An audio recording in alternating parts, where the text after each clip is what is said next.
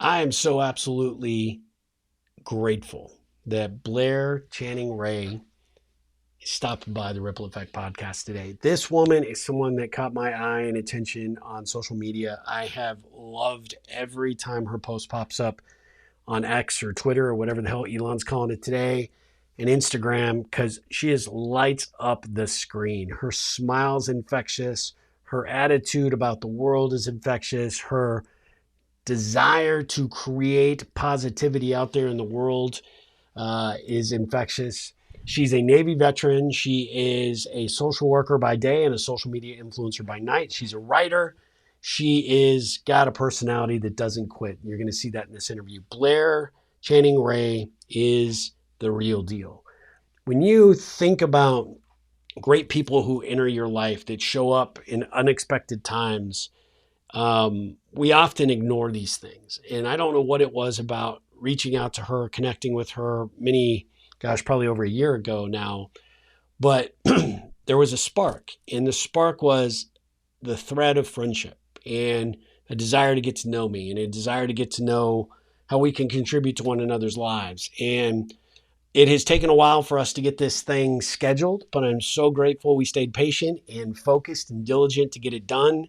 When you see this interview, the camaraderie, the rapport, you'll be like, hey, these guys got to be friends for like way back. With this today, it was the first day we actually met on video.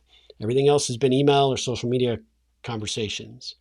The beautiful thing about that is this just goes to prove that if you put your time and your energy in getting to know people, they can be clear across the world, clear across the state, clear across your city. Never meet them in person. Hopefully, I will meet her in person one day, but that you can turn a connection, an ordinary connection, into something extraordinary. And I'm so grateful for her support. I'm grateful for her being in my life and just the fact that we could do this. I think when you listen to this interview or you watch it on YouTube, you're going to see what I saw, which is a woman who is on a mission to make a difference and do great things in this world because she's gone through these experiences. She understands the challenges with mental health. She knows what we're up against in so many ways. And she is not running from the fight. She is going headlong into it. And she has a mission to change the world. And I have no doubt in my mind that she will. And with no further ado, let's dive into our interview with Blair Channing Rae.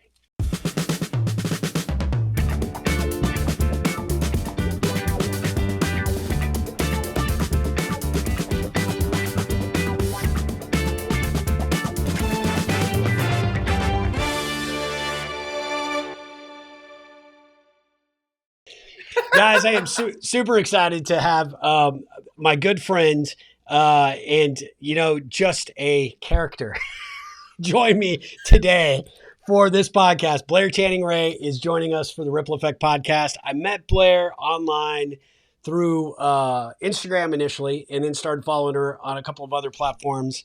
And I'll tell you why I follow her, because there are people that just make you smile when their posts pop up. And she is one of those people. She exudes positivity. She exudes what we're about at the Ripple. And I'm so grateful she squeezed us into her jam-packed schedule to come join us today. So Blair, welcome to the Ripple Effect podcast. How are you doing? Thank you, Steve. Thank you for having me. I'm doing great. I wish it were warmer here, but we're waiting on it. It's spring at least. It's spring. So tell everybody where you are, in the US right now. I am in Washington, D.C., and right now we're coming up on the Cherry Blossom Festival. Yep. That's a big deal here. And so I'm looking forward to it. I've only lived here about 4 years, and this will be my first time. Oh, that's awesome. So is it like Yeah, a big thing down like on the like near the National Monument, right? The whole area correct. right there is The just tidal beautiful. basin or something. Yeah. Oh, that's awesome. So what is it about the festival that attracted you this year but not the last three? Well, I'm familiar with a lot more people, so it's more of a social affair. Don't get Yeah. me wrong, I have zero issues going out by myself, but for something like that, I like to be around natives who understand. And most of my friends are transplants like I am. They don't get Yep. it. Yep. Yeah. Yep. So you go with What some natives and they can explain everything. That's perfect. Yeah. I mean, that's the way to go. You get the inside scoop. You get the, Hmm. all that undisclosed knowledge of people that have been doing it forever, and they tell you where to go, what to do. Yep. I like it. And So they you're enjoy rippling. You're looking at rippling it. when you're doing that. That's awesome. Yeah, and they like looking at it through my lens because it's like, oh yeah, I've never looked at it like that before. She's a first timer. Well, so let me ask you, what brought you to the DC area?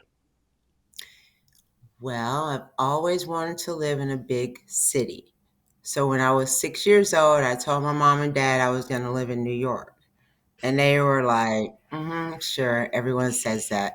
And my uncle and auntie had this show that they liked to watch called Green Acres. Oh, And yes. I you love that remember show. Zsa Zsa Gabor's character? And Yeah. she's like, darling, I love you, but give me Park Avenue. And I just looked at my mom and dad like, yeah, I like the country, but the city's calling my name.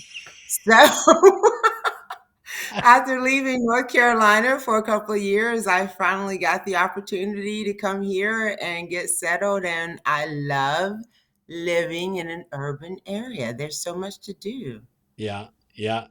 DC is, I think a lot of people sleep on DC. There's so much culture. There's so much to do while you're there. And that's even Hmm. outside of like what people know, like the Smithsonian, National Museum.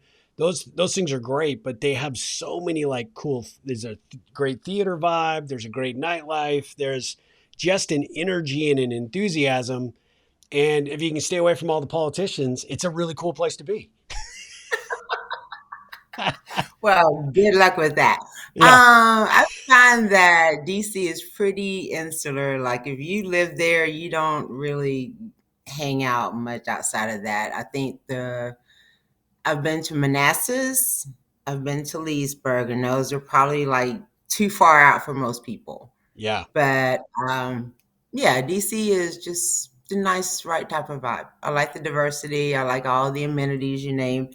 But let's not forget the food. Yes. Yes. Food is great. Yeah, yeah. I love that. I love that. So you are finding your traction there after 4 years. Now you're going to be like all the rest of the natives and be like, this is the Cherry Blossom Festival. It's not been popping until you showed up. And then now all of a sudden it's on a new level. Well, I'm going to try and get as many people to go with me this year so we can make it a thing. I Yeah. just think it would be so cool to get some annual stuff in because I don't have my own traditions here. That's, well, if they select you as the Cherry Blossom Queen, then you'll have the whole entourage following you next year. So I don't know if I want that kind of attention though, Steve. that could be over the top, could be too much, right? Could be just a tad bit too much. Then I have to go all anonymous online and no one could find me. Well, so speaking of online, that's how you and I connected, right? And one Hmm. of the things that I just really want to say to your face that I feel like you need to hear is you exude a level of positivity and just, the best way I could describe you is a ray of sunshine, right? You really have a really phenomenal way of just improving people's day by the posts that you make. And I just love your take on a lot of things. I like your approach. I like your energy and your vibe. How is it that you found your way onto like the platforms like Instagram? Are you trying to tell us a little bit about that journey into social and kind of what you want to do with it and how you're doing it? Because I know kind of one of your strengths is focusing on writing, right? And that's the area that most interests you. So tell us a little bit about how the social, platforms came to be and what your experience has been so far. So I'm thinking back really far now, Steve. It's like, let's go back to AOL. Chat You're not. rooms on There's no way AOL. you're old enough to know AOL. That's no way.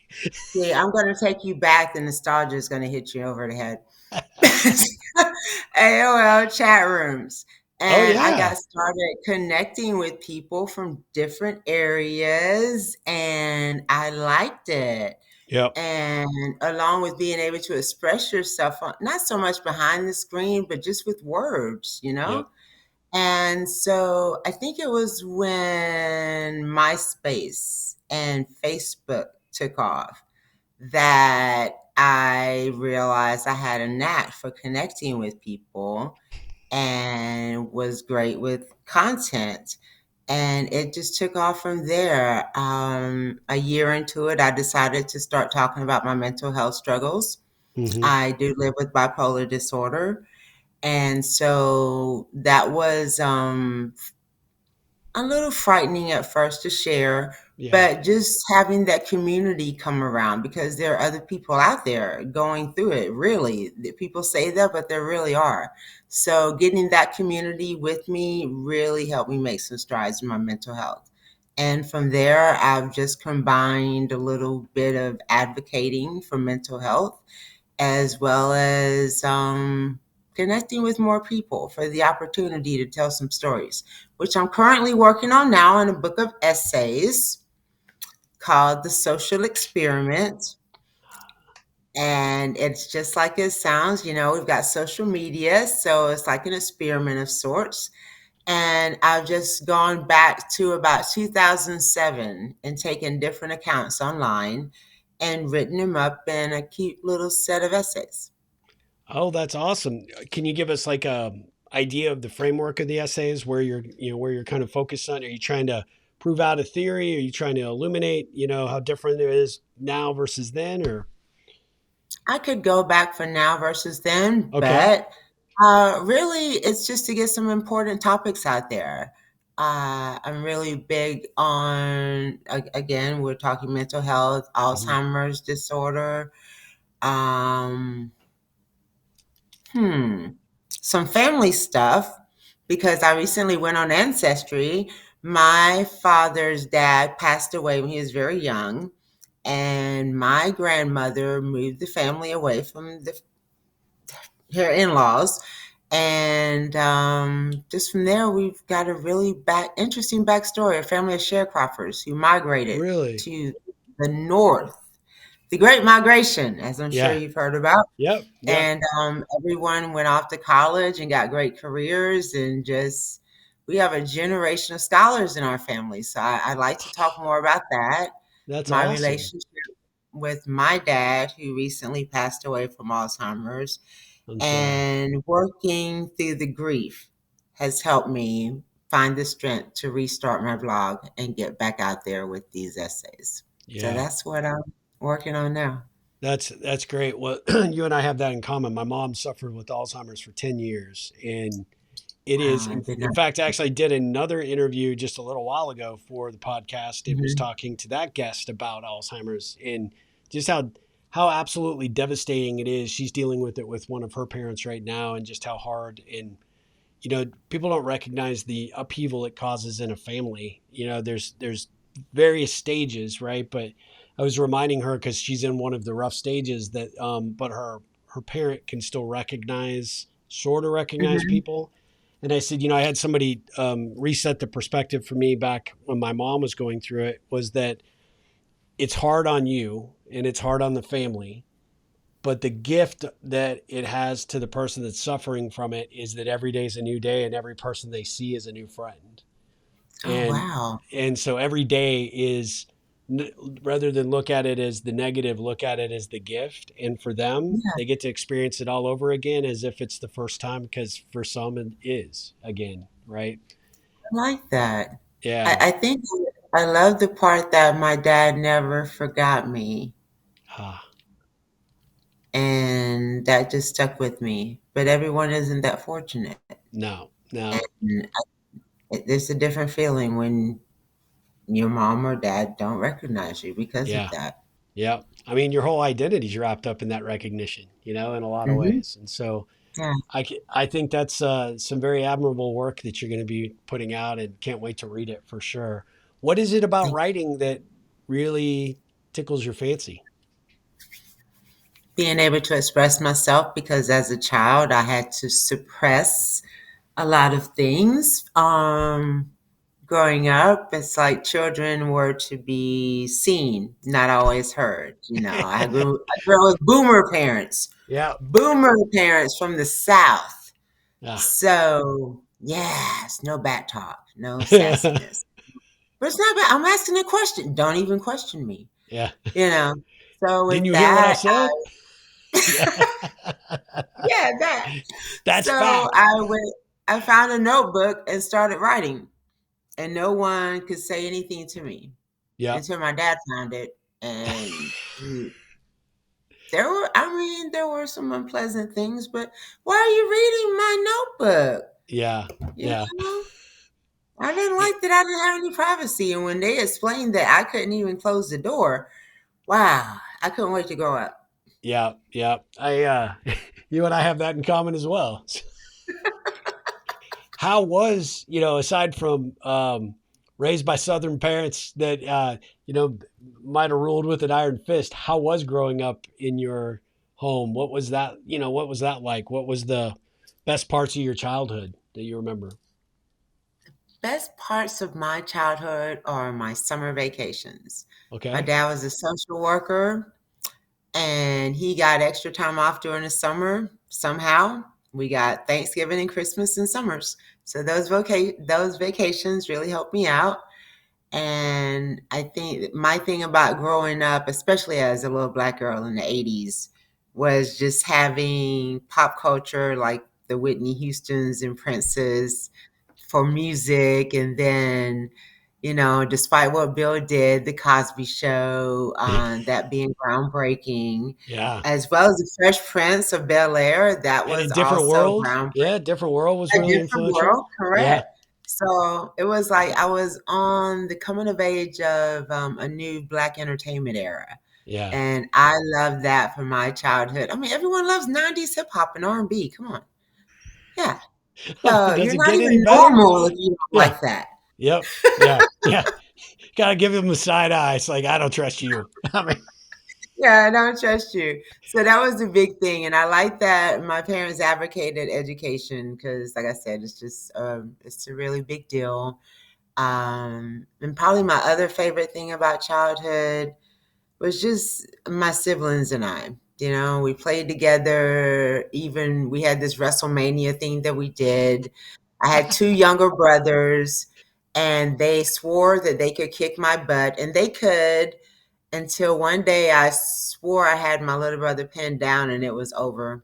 They tag team, and it was over. There was no more WrestleMania. They won. no, what's really popular these days is to have the comeback series. Might be a great one to. I mean, we can get a whole reality series going on just the WrestleMania or the rebirth. Those were some good times. I don't care what anyone says. I know it's fake, but I love it.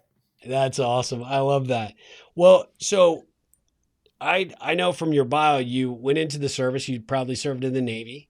What Hmm. motivated and inspired you to do that? And first and foremost, thank you for your service to our country. So Thank I really you.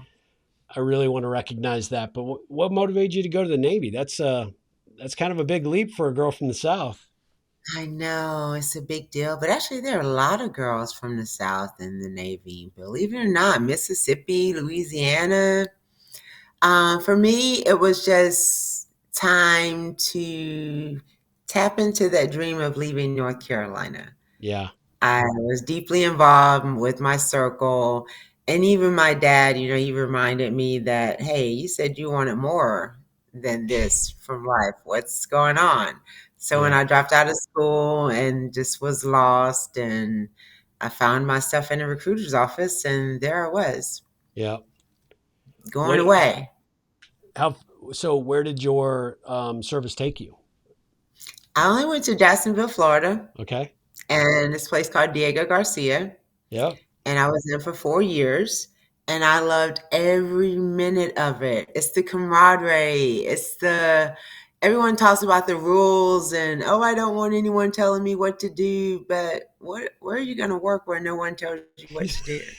So, I'm glad I didn't allow that to negate how I was going to experience the military. It's the best thing for me. It allows me to live the lifestyle I do today. I wouldn't take anything back, but I'm concerned about the military today. In what way? Just with the things going on, just the things going on in government and our administration. I'm deeply involved with the LGBTQ community, and that it's troublesome for me to know that we could possibly go back to a time when you can't serve based on your sexuality. Yeah. And the other thing too, we have young black and brown people coming in more and more. What does it say to them when their forefathers and foremothers have gone before them and can't get recognition because some reason that's tied to your skin tone? I don't like that. I'd have No. concerns about anyone considering going in right now. Yeah. I I totally understand that. I'm actually speaking to a military organization next, gosh, I better look it up. 2 weeks from now.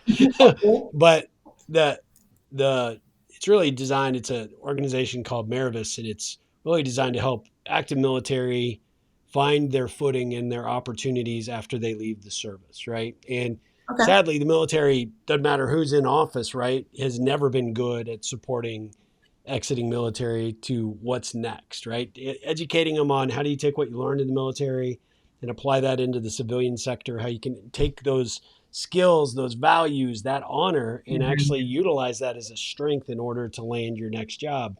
And they do a really good job. I spoke for them when they first launched 10 years ago. They've got a 10-year conference reunion that's coming up.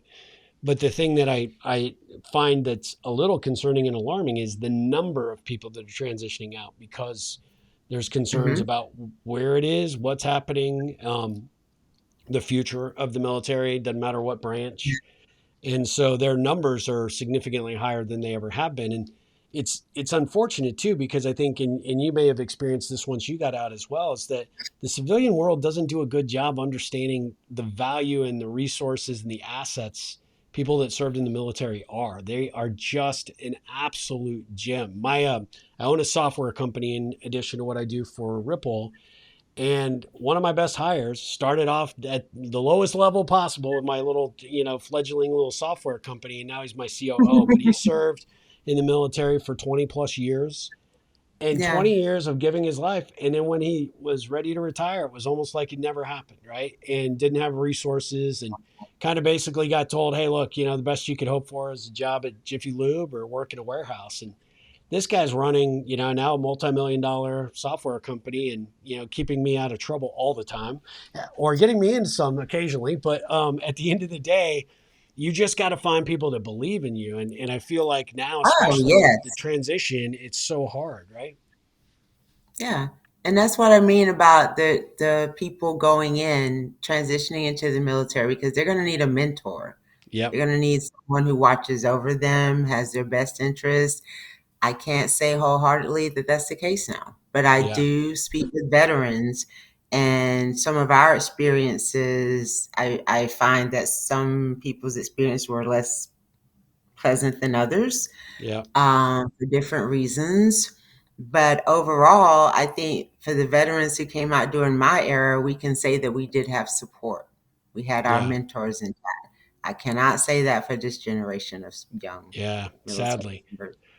Well, and your reputation probably preceded you as a wrestling, champ before you got in. Were you More wearing of the a belt on track the first star, day or Steve. no? No, I'm more of a runner, so I was a track star.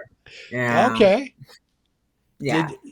So was that something you did in high school or in club or in college or Actually, no. I okay. no one knew that I could run until I joined the Navy No because kidding. I was so low key with it. Well, they called me prissy and said I didn't do anything other. I was a tomboy too, but no one thought I was athletic. So when I scorched the earth in boot camp, it was like, yeah, yeah. And we were in a Yeah. co-ed group, so I was in a group with guys. So yeah, it That's always feels awesome. great when you be the guy. Yeah, and then you could just look back when they were like, "Where did that come from?" Be like, "Well, I am a Mhm. World Wrestling Federation champion. I mean, WrestleMania champion 32. Just saying." I got a couple of belts under me. So you left the Navy. If you enjoyed it, it was time of your life. Why did you transition out?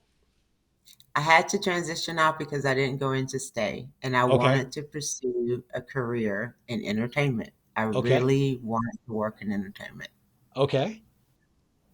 So you left that, and what was it that you were focused on to do in entertainment? At that time, I was focused on screenwriting No and kidding. songwriting.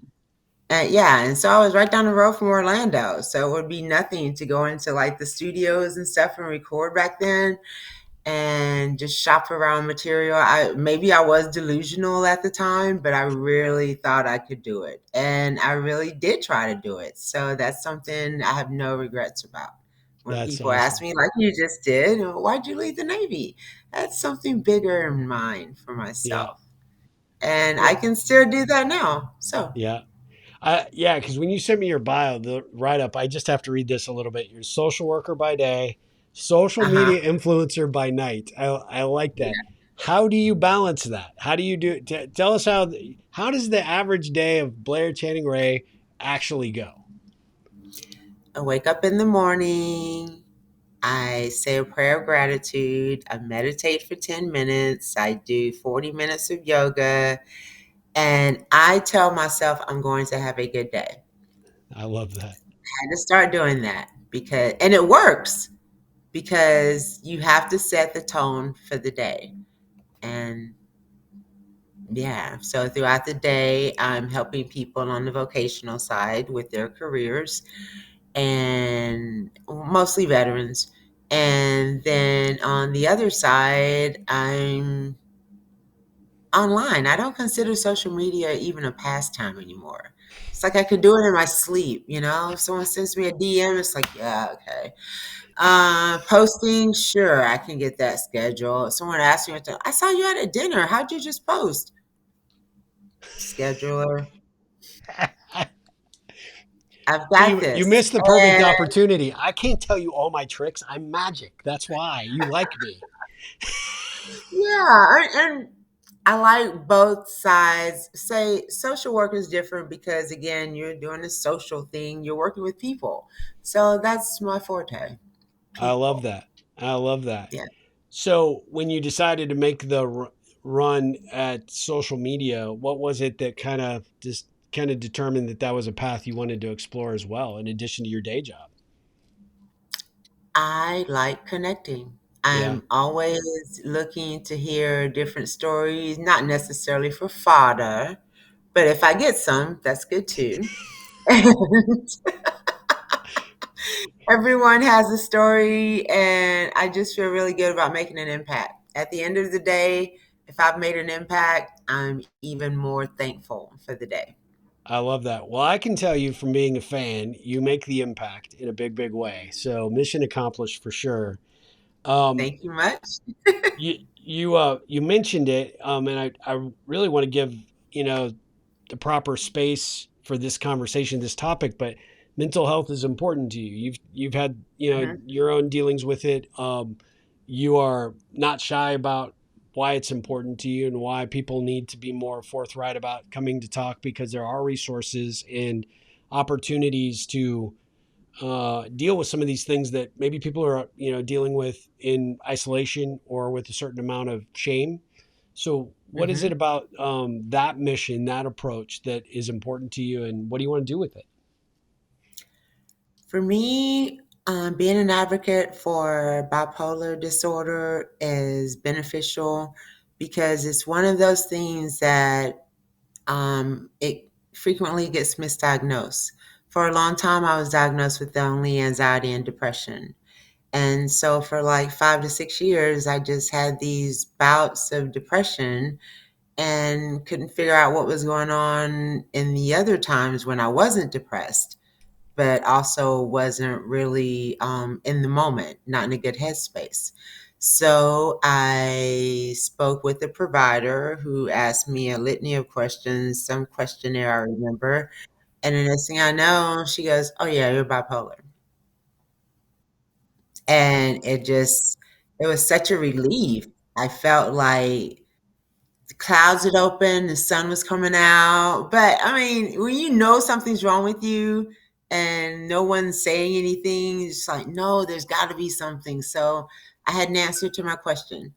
And from there, I wondered how many other people are out there struggling with bipolar disorder, and mostly the depression. People think the depression gets you to a point where it's debilitating. It does, but the mania is also just as debilitating. You don't go to sleep. You go with insomnia.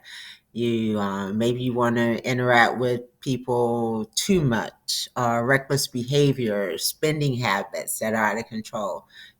So the more I can talk about those things and keep people aware, then again, I'm making an impact. I'm doing my part. I just want to leave this world knowing I've made a difference in someone's life. Well, I can tell you, mission accomplished. You made a difference in my life. You, by extension, made a difference in someone who I shared your profile with, that when I was at a conference speaking in Las Vegas a couple of weeks ago, that I'm not even sure how the conversation came up, but they were asking me something about a video they had seen on my Instagram, and then I guess they follow my comments and they had seen your profile, and they're like, "Oh, Mhm. what can you tell me about this person?" I said, "Well, I'm going to get to know her a lot more because I'm going to be interviewing her." But the funny thing about it, that I, not funny, haha, but coincidence kind of funny, was that I mentioned to her, I said, the thing I really respect and admire about what Blair's doing is, when you look at people from the outside, you think they got it all Mhm. figured out. Like, here's this woman that's like Vogue model pretty. She's got the personality that never ends. She's got this great like thing, right? This public perception. Yeah. And yet then you have the honesty about why this particular focus is important to you and why we need to be more open to conversation about it. I know it's the thing. A lot of people are like, oh, we should all be talking about it. But I actually reminded this lady, I said, it's just a reminder that, when we see people and see certain things, it's a reminder that you don't see everything. And there's people that are Yeah. dealing with struggles day in and day out. And why that made me, that what you just said made that come up in my heart, was because you want to bring that out from the shadows. You want to help people know that you're not alone, and you're the only one dealing with this, and that you Yeah. are living your life as an example of someone that can, battle through it, and continue to fight another day. And I think that's just so inspirational. Yeah, because you can. Yeah. You can. Yeah. I've done it. Yep. Well, and that's what I'm saying. I think I put you up on a pedestal as someone that just is proof of an example of someone that can continue to not give up and will continue to show up, and not just say, well, this is my situation or my affliction, what I'm dealing with, and like, woe is me, but like, no, wow is me, and this is what you can do to get through it. And I think you do a tremendous job of that. Thank you, Steve. That Yeah. really means a lot when others Oh. can see it. So, doing speeches, I talked about a period in time where I had a bout with major depressive disorder, Hmm. and I suffer from suicide ideation. And it was very scary for me because in my mind, you think, oh, I don't want to be here anymore. I don't want to deal with this. And it wasn't so much that I wanted to die, I wanted my problems to die. Mm. And coming back to myself, getting grounded in my own spirituality, my belief in me, and I was able to find a way out. And I know some people who never do, or they succumb to that influence. And then you have families around. I think the biggest thing too is that I knew that as long as I was breathing, there was an opportunity for change. I love that. So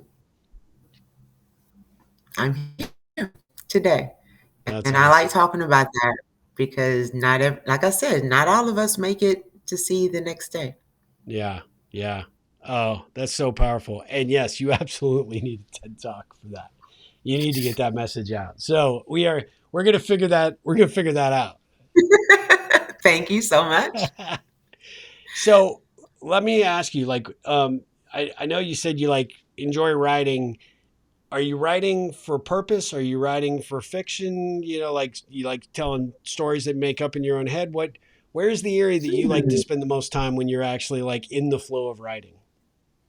Probably purpose because I do so much research. Yeah, It's nothing for me to go down a rabbit hole on Google. Start looking at anxiety. Next thing you know, you're doing anxiety in relationships. Then you're doing relationships and attachment theories, and yeah, it can go down any tangent. And occasionally, I do pivot to fiction. Uh, Everyone has a creative writing streak in them, I think. yeah. So there's this character I like called Abigail, not the doll, but just the name of a character named Abigail. And she's a newspaper journalist from the 80s, and she's trying to get started with her own ad company. And as you know, at that time in the 80s, a black Yeah. woman with an ad company, that was not Not gonna happening. happen. Yeah. I've been piecing that together for years, but maybe one day. Oh, that's awesome. I love that. So one of my guests from a couple years back, but she's a good friend of mine. She's a professor at the University of Oklahoma. She is Hmm. a fiction writer, and she's had several of her books self-published, all of them, I think, and she's had a couple of them actually opted by Hallmark and Lifetime. So I she might cannot be a good believe connection for you just to talk. She loves talking writing, and she loves helping other women writers. self-publication is so hard, though, they say. It is actually, but I mean, there's multiple ways to go about it, right? But the vast majority of like, especially fiction writers, they don't make a lot of money because the book price is very low anyway, so their percentage of what Hmm. they do, and then if you go through an agent and then you go through a publisher and then you're doing all this stuff, the when I produced my book, I had a really famous author that it was kind of one of my all time business heroes, and I was fortunate enough to meet him during my writing process and was actually trying to get signed by an agent and Oh, that's attract the good. attention of a publisher.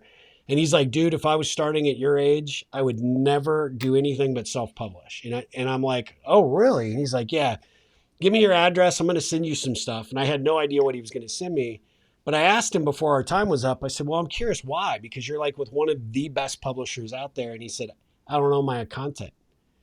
I do it. I do all the work. And he said, and I Mhm. do get paid some nice some, I'm paid handsomely for my, signing bonuses. And, I've made it. So I've got some financial security built into my deal.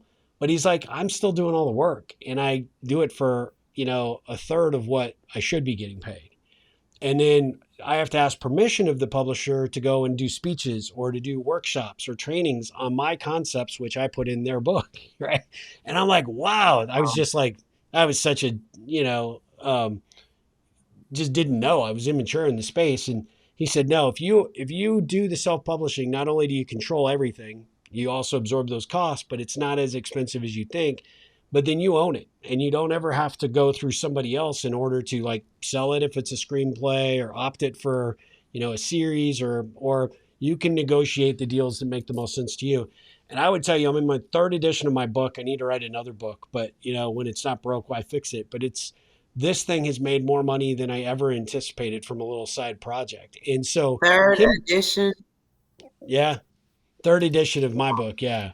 Um, but my friend Kimberly, she like seems to produce these kind of romance novels that come out like seem Mhm. like every 12 to 18 months, but she has a rhythm, she has a process. She's got a Yeah. couple of characters that like yours that she's now followed through multiple books and then she's got this fan base and she's done it all pretty much on her own. And Wow. because of that, she gets to keep the Self-publishing. spoils. Yeah. So, yeah, see, you didn't know I was like going to be able to hook you up with like, cool authors and TED people. It's rippling. It's rippling. That's what it It is. ripples on. It Yeah. ripples on. Hey, can I get a T-shirt? I was going to Yeah. ask you about that. Okay, Absolutely. cool. Yep. Yep. What color do you want? This is orange, but I can get you. Orange is good. All right. Cool. Cool. Um, so so you're working on that kind of on the side, and then for a purpose, are you working aside from this book? Are you working on any other projects from a writing perspective?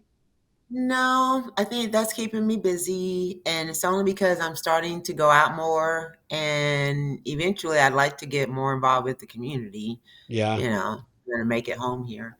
Um, So yeah, that's about it. And that blog is going to keep me busy, I think. I think so. Because you have to put content up there and you got to churn it out in order to get readers, and it's just a lot of work.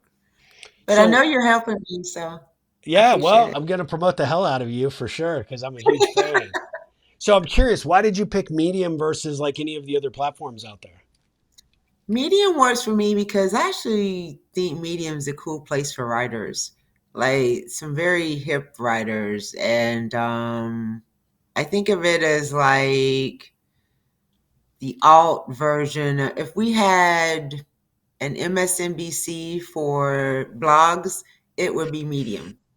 It's Yeah, 'cause it's just very progressive. It's what Huffington Post used to be yeah, to me. Yeah, yep. it's my Oh, algorithm anyway. yeah, I love that.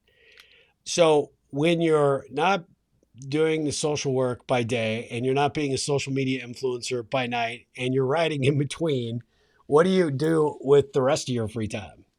I'm doing karaoke and rollerblading and making playlists. I was going to ask you I about the love playlist. karaoke, and my playlists help me with my karaoke. That's all. So what's your favorite song to sing in karaoke? Oh, what's love got to do with it by Tina Turner? Yeah. She set it all up for me. It was Tina Turner when I was a little girl. I was Yeah. like, oh my God, so that's what I'm gonna look like when I get older? Yeah. Not like my grandma's friend down the street, but I'm gonna look like Tina Turner. And sad, Tina was probably 10 years older than her too, right? I'm just saying. That's awesome. So do you karaoke very often? I do about once a week or once every 2 weeks. It's Dang. often. That's Yeah. And awesome. I don't have to go with the group either, but if I have a group, I'll get That's cool. That's cool. So, and rollerblading? I love rollerblading ever since Really? I was a kid. You grew up in the 80s, you know what a roller derby is. So I That never grew out of it. so you're just rollerblading, but you're not doing the roller derby yet. And I'm That could not combine going your to passion of because wrestling right there. let's discuss something, Steve. See, at this advanced age, there's no way, there's no way I'm going on anyone's. you No. you can Mm-mm. break a hip that way. I like being mobile. Yeah, I yeah. like it very much. They Yeah. always say, that walking's overrated. I don't think so. That's what my No. wife tells me because I still play on two soccer teams, and I was soccer coach for a long time. And I get out there and I come home, I'm like beat up, like I'm the old guy. Where do you find the time for a soccer team? It's always at night, Wednesday or Friday nights. Those are my mental release nights. Oh, wow. That's crazy. I Yeah, can't picture that. Software company, podcast, two soccer squads. Oh, and yeah, he's married too. So your wife's like, my time here, my yeah. time.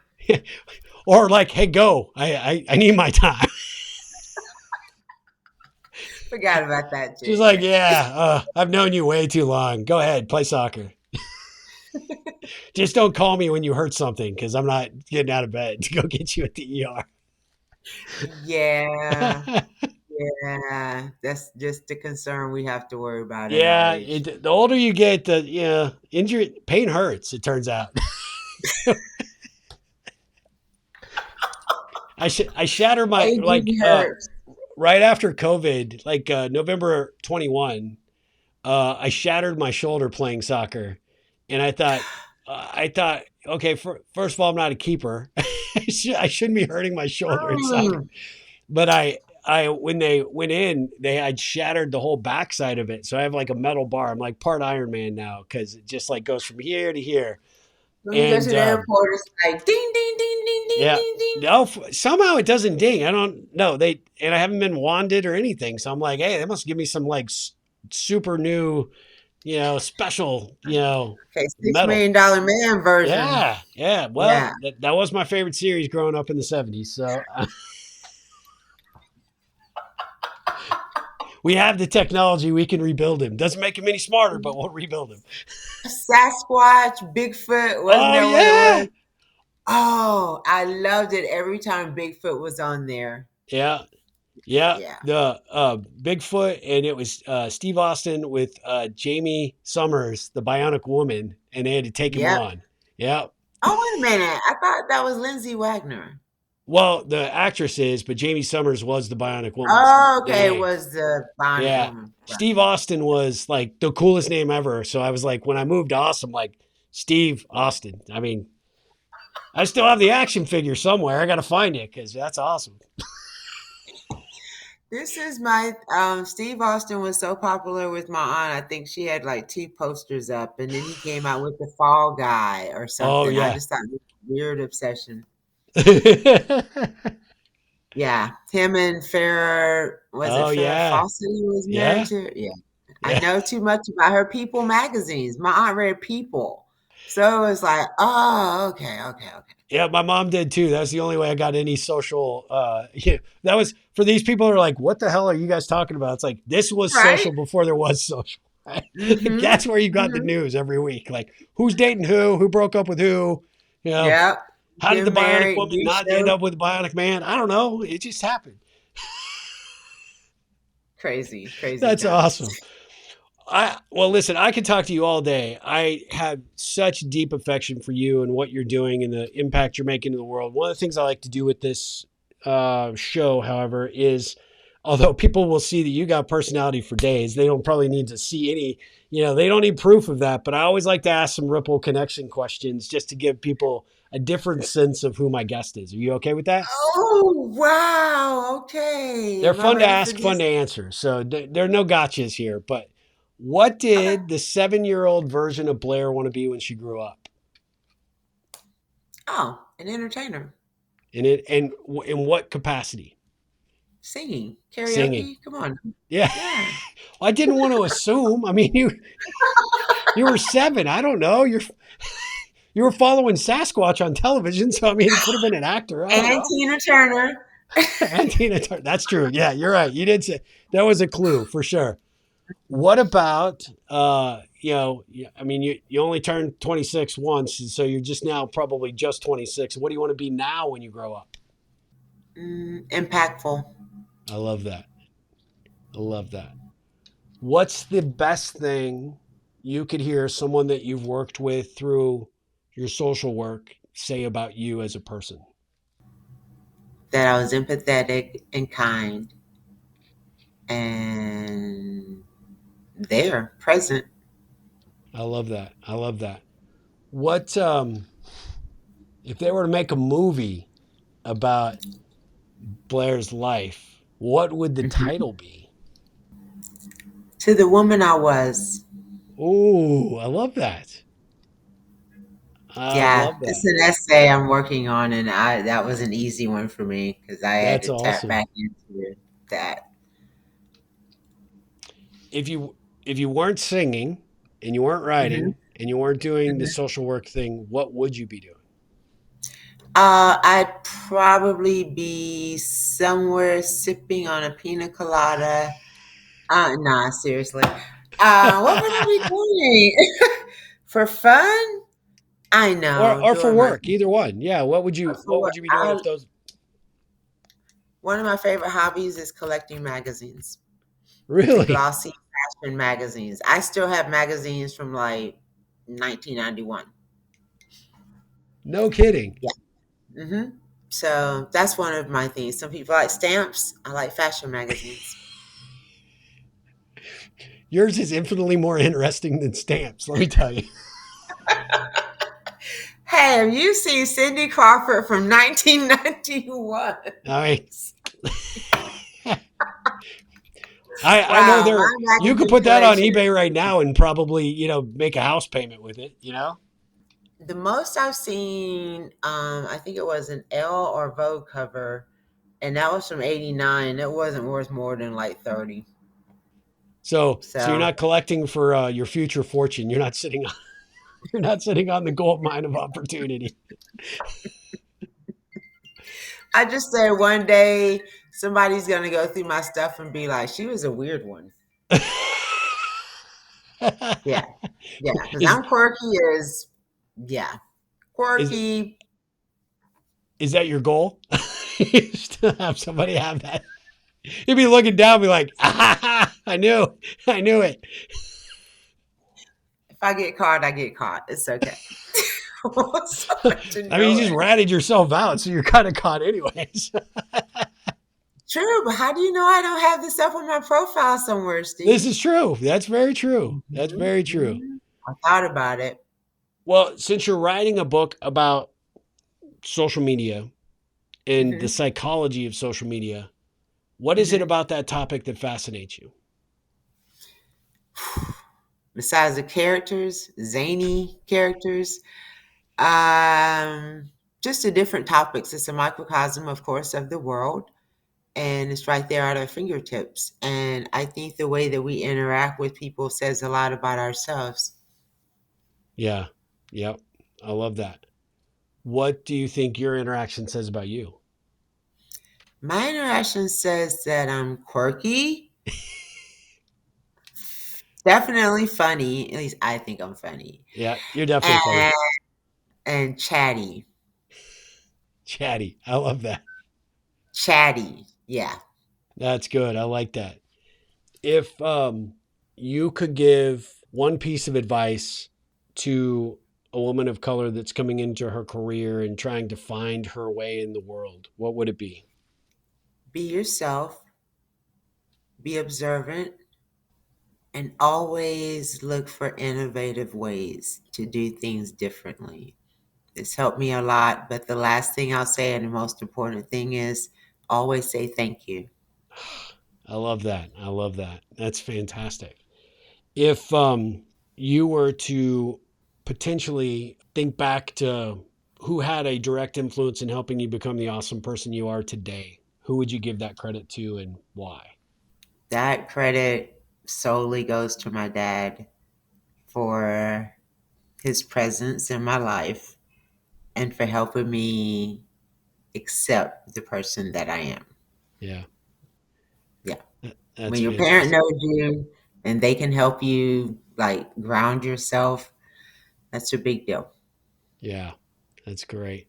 No doubt he's looking down on you and very, very proud of the person you've become. And yeah, that's awesome. Yeah. I love that. I love that. So, last couple of questions. If people want to get in touch with you or follow you on social, what's the best way that you'd like them to do that? You want them to go to your website? Do you have a handle? I have the I Write a Girl handle. And you know, it's so original that people have added numbers and letters to the end, but no one can get I Write a Girl. They're not the Like, original. Apple Yep. should pay me. I agree. But seriously, probably threads. And again, the user handle I Write a Girl is throughout social media: Blue Sky, Medium, Twitter, X, uh, threads, Instagram, all that. Well, I got to ask you, what's your favorite social platform of all of them?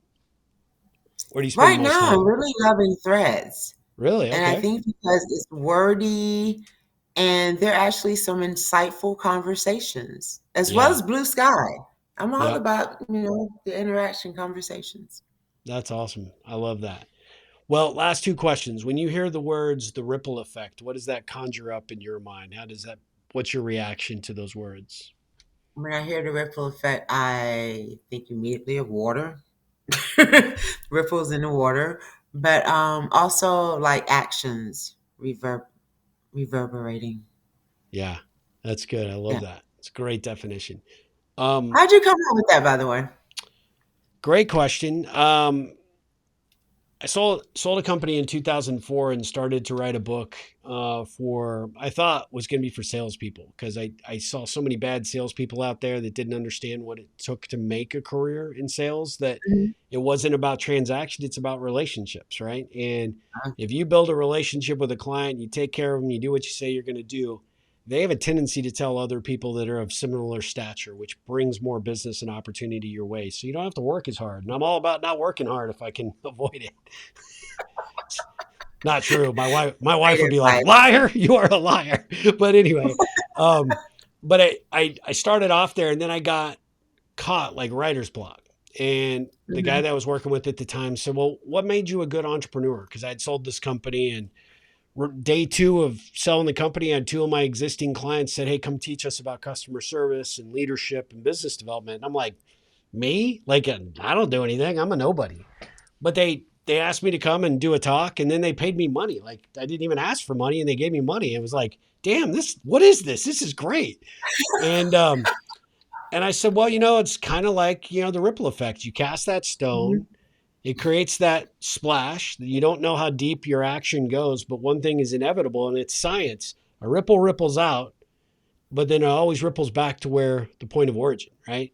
So when you True, create a true. positive ripple for someone, um, whether you pay them a compliment, you make them smile, you make them feel seen, you give them a hug when they're having a rough day, you acknowledge whatever the issue or challenge might be, but you don't like bash them for it. You do something to show them that you are there and you see them as another person. And that's true Yeah, for human interactions, or it could just be you walking across the parking lot and picking up that Coke, can that's now been crushed a dozen times and throwing it in the trash can, right? It's contribution back to the yeah. world. But every action that we have has in some form or fashion a way of returning back to us. And it often happens in ways that we don't expect. So that's Ripple on. That's Ripple. Yep. Yeah. And so Ripple On was sort of a stupid way to look at this. But when I first brought out my book, I thought, I would sell maybe a couple hundred copies of my book and my dad would buy the rest of Mhm. the inventory and I'd be done, from there. But I had a book signing and I had people I hadn't even seen or invited. I was like, what the hell are these people even know? It's free booze and food, but like, it was like the dinner bell for people I hadn't even talked to in years. And then people came through the kind of the receiving line and I was signing the books. And as I got my first book, the gal that was helping me, she said, well, you need a signature. Like you need something like other than your name. You need a moniker of some sort. I'm like, I don't know what it should be. And I was like, Ripple On. Like, okay. And I'll just ripple on. And I thought that's for tonight that I'll never stick. And here it is 16 years later. Thank you. Yeah, it was pretty Thank you. awesome. But what Yeah. was amazing to me was how many people came through for this little tiny book at the time. And it's now expanded and grown to the third edition. But Third how, edition. yeah, third edition I wrote during COVID because I wasn't sure at the time if that was going to be our only pandemic. And what I saw was, see, I'm naturally introverted and shy. People are not my Hmm. jam. And I told you in my email, I was nervous to even record with you because you're a rock star. But the funny thing is during COVID, I saw people the extroverts who were accustomed to being around people really climbing the walls. And even my Yeah. introverted people who hate people were like, I need some freaking people in my life. And so we started Hmm. looking at, okay, well, how are people using social media tools at the time? We Yeah. wanted to expand the stories because it had been, at that point, it had been 11 years since I brought out the first edition. The second edition had done well, but every time I speak, every time someone finds the book, somebody ends up coming back with a story of how, you would have thought, if I'd gone down one path, life would have been one way, but I went down the other path and life turned out so much better than I expected. And those little Yeah. things, those little actions that happen in our lives and our careers, those are all what I believe is ripples, right? So we expanded those stories and then the book sold, really, really well post pandemic. Mainly because people were bored or maybe they didn't have heat and they needed firewood or, kindling. I'm not I sure, was but like, how did I miss that you on a third edition of a book? yeah,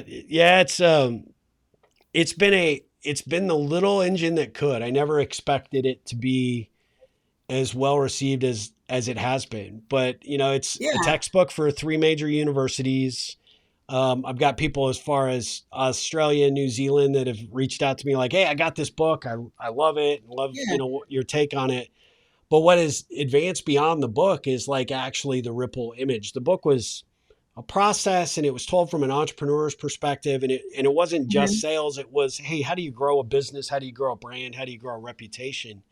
But where it has actually evolved to now is it's a movement. It's a community. It's people like me that want to get together and want to actually add value and contribute to other people's lives. And we don't keep score. We don't expect payback. I don't expect, quid pro quo. If it happens, it happens. But my belief is that you create enough positive actions out there in the world, it'll take care of you. And, you call it karma, you could call it ripple, you could call it the butterfly effect, you could call it, pay it forward, whatever it is. But there's not enough of us out there trying to do it on the regular, right, on the daily basis. And so Correct. my intent with this book is basically to change people's perspectives, and especially now when the vast majority of us can only communicate through these devices, right? And, we're no good with human to human interaction. We need to Yeah. teach people to get better at that. And you and I are kind of proof of that. We didn't know each other beforehand, but I kind of felt like we were friends. You were super great to work with to get this scheduled. But at the end of the day, you're exactly as advertised. And I knew you would be, and I knew you'd be even more awesome because you just see these things in people and you just know that they're gifts that got placed in your path for a reason. And if you miss that, that's on you, right? And I think the Yes. vast majority Yes. of us miss it because we're so caught up in our own nonsense. So trying to, And impart the wisdom to get people to understand what the concept is and get it out there. well, thank you for providing that sage wisdom. Oh my God, I may have to clip just that part and actually show that to my wife. Like somebody gets me. Sage wisdom. And I take that back. Can I have that less ripple in a yellow? Yeah, I can work on that. I can work on that. I don't know if I have yellow, Okay, to be cool. honest with you. I have blue, I have black, I have red, I have I'll two take shades of black. blue. You have what? I'll take black. Take black. All right, I'll get it to you. So you'll Okay. you'll email me your address. I'll ripple that on to you. How about that? That works for me. My And last thank you question is again for what? having me. Oh, Yeah, one last question for you is what is a ripple I could be looking to create for you? What ripples could I create for you? ripples you could create for me would probably most likely be opportunities to speak more. Okay. So I already have an idea there. We'll connect offline about that, but I definitely have a environment to Oh, you hook move you up. fast. Yeah, You move fast. I'm like a jackrabbit on a blind date. Oh my God. Why am I thinking Bruce Almighty when he like, oh, Oh, takes over the world? oh my God! I haven't thought about that movie in like forever. Yes. That Okay. that's awesome. Well, I will definitely keep an eye open for opportunities to get you on stage and both speaking and maybe singing. Who knows? I'm always available for both, just so you know. Yep. Awesome. Well, I just have to say this has been an absolute blast, and I am so grateful that you took the time to do this. I know we had some back and forth on the schedule because you're a world traveler and in demand and all that, and I appreciate your patience as I dealt with some stuff with my dad. But I'm really, really grateful for your friendship and so grateful to know you. And I'm a huge fan and happy to help and support you any way I can. Likewise, and thank you. And I hope things get better with your dad. I appreciate it. Yeah, it's interesting times. Let's put it that way. So, for sure. Gotcha. But guys, we'll be back again with another episode of the Ripple Effect podcast. But until then, Blair, ripple on.